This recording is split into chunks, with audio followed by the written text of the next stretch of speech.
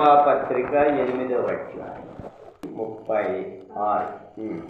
నిన్ను బట్టి దినమెల్లా మేము వధింపబడిన వారము, వధకు సిద్ధమైన గొర్రెలమని మేము ఎంచబడిన వారము. అయినను మనలను ప్రేమించిన వారి ద్వారా మనము వీటన్నిటిలో అత్యధిక విజయము పొందుచున్నాము. చాలు. దేవుని యొక్క ప్రేమ నుంచి మనం ఎడబాపువాడు ఎవ్వరు లేనే. ప్రభు మనల్ని ప్రేమించాడు కనుక మనం కూడా ప్రభుని అంతగా ప్రేమించాలి. ప్రభువుని ఎవరు ప్రేమిస్తారో వాళ్ళే ప్రార్థన చేస్తారు. అది ఎక్కడ ప్రభువుని ప్రేమించిన వారు ప్రార్థన చేయరు, ఎగ్గొడతారు. ఆ బందర్ నుంచి ఎక్కడికి వచ్చింది? పర్లేదు వచ్చింది. ఆయన ఎందుకు వచ్చాడు అక్కడి నుంచి? వదినంత రెస్ట్ లేకుండా ఉండి మనం ఎందుకున్నాము? దేవుని ప్రేమిస్తే ఇవేమి అడ్డు రానే రావు. అది మీరు పడవంతా పనిచేసుకున్నారు, ఎందుకు వచ్చారు? అది దేవుని ప్రేమించేమనుకోండి, ఇవేమి అడ్డు. క్రీస్తు ప్రేమ నుండి మనలను ఎడబాపువాడు ఎవరు? కనుక ప్రభువుని ప్రేమించామనుకోండి, ప్రభువుకి ఇష్టమైనది అనుకూలమైన ప్రార్థన చేస్తాం. దేవుని సన్నిధిని మనం కోరుకుంటాం. దేవుని సన్నిధిలో కొన్ని గంటలు గడిపాము, ఆ ఆశీర్వాదం మనం పొందుకోకుండా అసలు ఉండవు. అద్భుతాలు దేవుడు చేస్తాడు.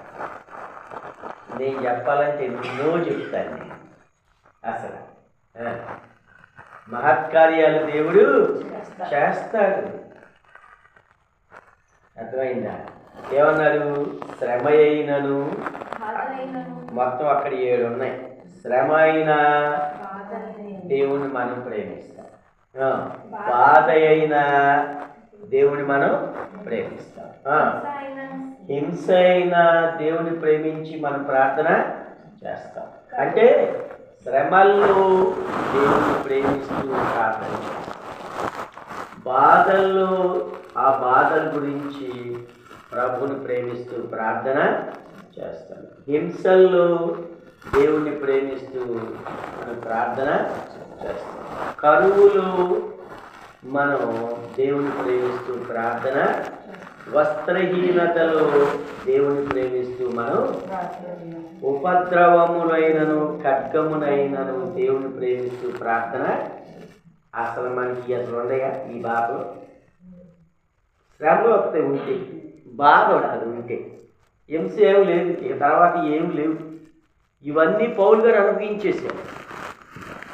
పౌలు గారు అనుభవించేసేసి ఇంకా ఏమైనా భవిష్యత్తులో ఏమైనా వస్తాయి ఏమోనని చెప్పి తర్వాతే చెప్తున్నాడు. ఇది 38వ వచనంలో, మరణమైనను జీవమైనను దేవదూతలైనను ప్రధానులైన ఉన్నవైన రాబోయే అధికారులు, ఈ తర్వాత చెప్తున్నాడు. మొదటి అన్నీ ఆయన అనుభవించేశాడు. ఏంటి? కరువును అనుభవించాడు, వస్త్రహీనత అనుభవించాడు, ఉపద్రవాన్ని అనుభవించాడు. రోమా పౌరసత్వం ఉన్న గొప్ప షావుకారు పౌలు.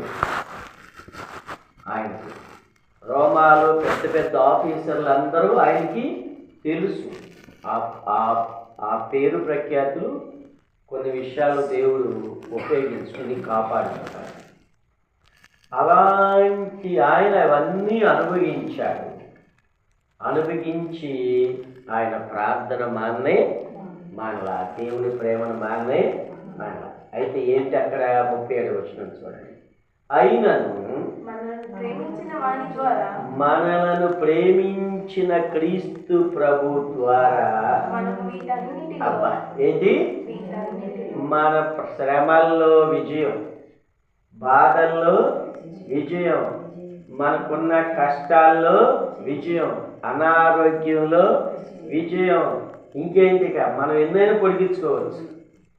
మనకున్న దేనిలోనైనా సరే దేవుడు ప్రేమించటం ద్వారా, ఆయన మనలను ప్రేమించి ప్రార్థన చేయటం ద్వారా వీటన్నిటిలో కొద్దిగా కాయదా కనుక శ్రమలు ఎప్పుడు శ్రమలుగా ఉండవు గుర్తుపెట్టుకో. అప్పుల బాధలు ఉన్నాయా? అప్పుల బాధలు ఎప్పుడు అప్పుల బాధలుగా ఉండనే దేవుడు సమృద్ధిని ఇస్తాడు ఆయన బిడ్డలకి. అనారోగ్యం ఉందా? దేవుడు అనారోగ్యంగానే మనం ఉంచడు. ఆరోగ్యాన్ని ప్రభు ఇస్తాడు. ఏది అయినా సరే అయినను వీటన్నిటిలో కదా మనలను ప్రేమించిన వారి ద్వారా మనము అన్నిటిలో ఏదైనా సరే. కనుక బాధ వచ్చిందనుకో, ప్రభువా నువ్వు నన్ను ప్రేమించావు నాయనా, నేను నీ బిడ్డను ప్రభువా, నాకు అత్యధిక విజయాన్ని ఈ బాధలో నాకు దయచేయనని ప్రార్థన చేయాలంటే దేవుని గొప్ప వాగ్దానం. అయినను మనలను ప్రేమించిన క్రీస్తు ప్రభు ద్వారా ప్రభు మనల్ని ప్రేమించాడు. ఆయన ప్రేమను బట్టి వీటన్నిటిలో మనకేమొస్తుంది? అత్యధిక విజయం కాదు, అత్యధిక విజయాన్ని దేవుడు మనకిస్తాడు. అర్థమైందా? దేవుని ప్రేమ నుంచి మనం ఎడబాపనే అది. దేవుడు మనం ప్రేమించాడు. మనం ఆయనను ప్రేమిస్తున్నాం అనడానికి గుర్తేంటి? ప్రార్థన. ప్రభు సన్నిధికి వచ్చాము, ఆయనను ప్రేమించడం కనుకే మనం ప్రార్థన చేస్తున్నాం. ఆయన ప్రేమించలేదనుకో, ప్రార్థన ఎక్కడతాం, ఇంకేదో ప్రేమిస్తాం. అంటే టీవీనో మూవీనో ఇంకేదో ప్రేమిస్తాం. ఇక అంతే, దానిలో మునుగుతాం. నేను కొనుక్కు అంతర్గోళాలు ఇవన్నీ తెచ్చుకుంటాం.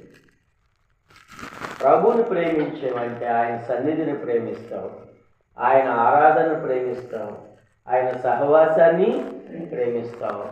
ఆయన ప్రేమించావు కనుక ఆయన బిడ్డలుగా మనం ఆయన సన్నిధిలో మనం ప్రార్థన చేస్తాం. మన శ్రమలను బట్టి, మన బాధలను బట్టి, మన కష్టాలను బట్టి, ఇంకా ఏదైనా సరే మనకున్న బాధలను బట్టి, మనకున్న సమస్యలను బట్టి, మనకున్న వేదనను బట్టి, మనకున్న ఆర్థిక పరిస్థితులను బట్టి, మన పిల్లలను బట్టి, అర్థమవుతుందా? వీటన్నిటి బట్టి మనం ప్రార్థన చేస్తే వీటన్నిటిలో దేవుడు ఏమిస్తాడు? మనకి అత్యధిక విజయాన్ని ఇస్తాడంటే విజయమే కాదు, ప్రార్థన ద్వారా అత్యధిక విజయాన్ని ఇస్తాడు. మన బాధల్లో ఉంచి మనం విడిచిపెట్టేళ్ళే దేవుడు కానీ మనం ఒకే స్థితిలో ఇలాగే బాధించబడి ఉంచే దేవుడు అసలు కానీ.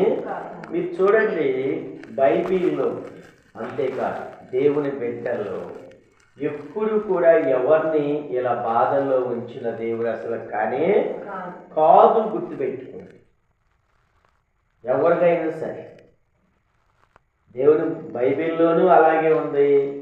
దేవుని బిడ్డల జీవితాల్లో, మనం లోకానుసారంగా దేవుని బిడ్డలుగా జీవించిన వారి జీవితాల్లో కూడా మన బాధల నుంచి మనం విడిపించి ఒక గొప్ప స్థితికి దేవుడు దయచేసిన దేవుడు. గమనించారా?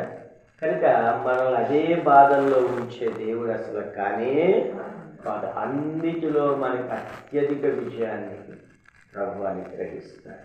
కనుక దేవుడు మన బాధల్లో విజయం అనుగ్రహించినట్లుగా ప్రభు సన్నిధిలో ప్రార్థించాడు.